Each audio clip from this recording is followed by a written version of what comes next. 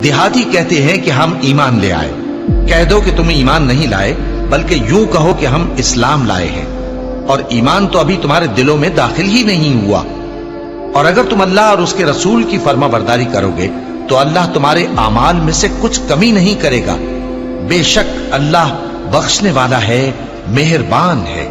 मोमिन तो वो हैं जो अल्लाह और उसके रसूल सल्लल्लाहु अलैहि वसल्लम पर ईमान लाए, फिर शक में न पड़े, और उन्होंने अल्लाह की राह में अपने मालों और अपनी जानों से जिहाद किया।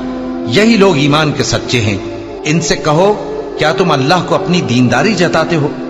और अल्लाह तो आसमानों और जमीन की सब चीजों से वाकिफ है, और अल्लाह हर चीज को खूब जानता है। ये लोग तुम पर एहसान रखते हैं कि मुसलमान हो गए।